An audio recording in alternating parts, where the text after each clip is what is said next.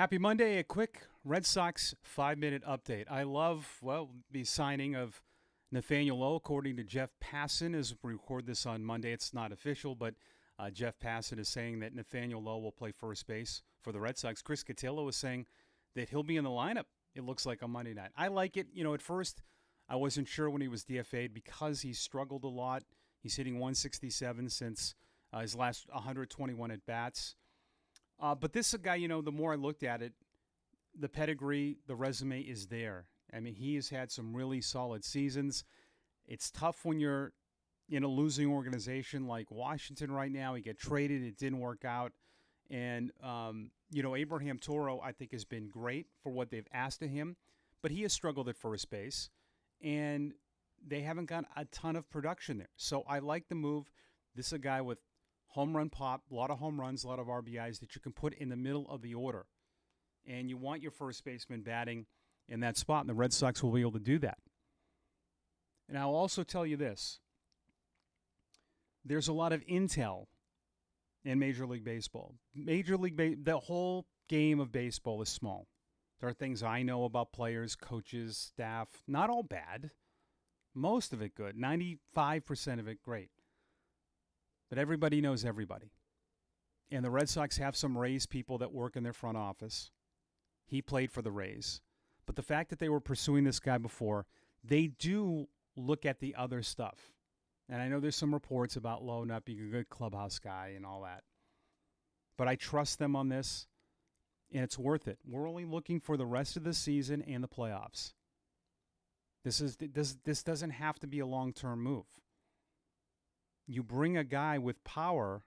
This reminds me kind of a Steven Pierce move. You got a guy that's played first base. That's his position.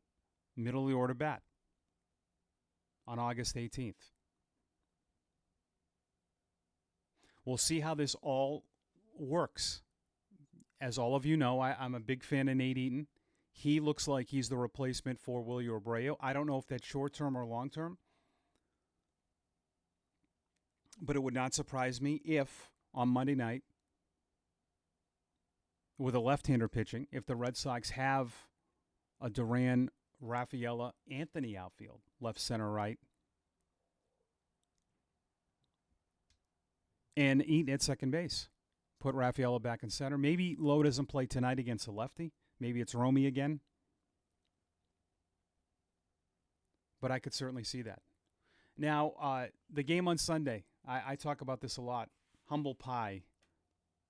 Humble pie number 2. The Red Sox were humbled in the last start by Garrett Crochet and humbled on Sunday. And everything I saw on social media, I get it.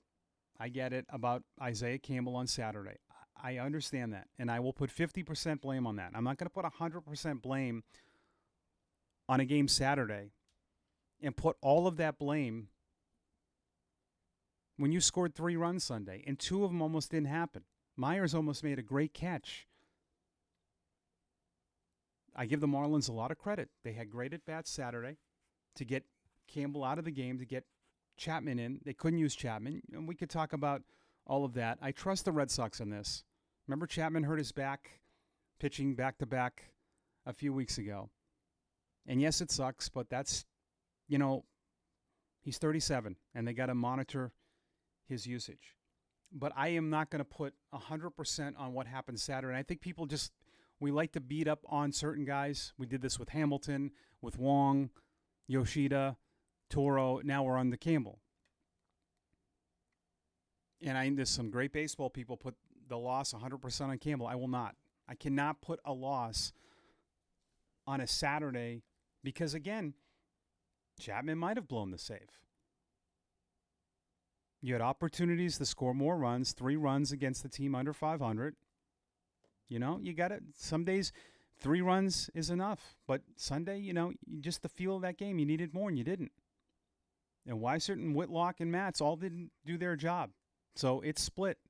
I'm not going to put 100% on Campbell, and you shouldn't. And I think Campbell will probably be gone, and maybe Criswell will go up. Red Sox play Baltimore on Monday, a 2-game series. They'll have Dustin May on the mounds. Trevor Rogers, who they got for Stowers, is having a great year. We'll do this 5-minute update on Tuesday. Have a great Monday, everybody. Thank you.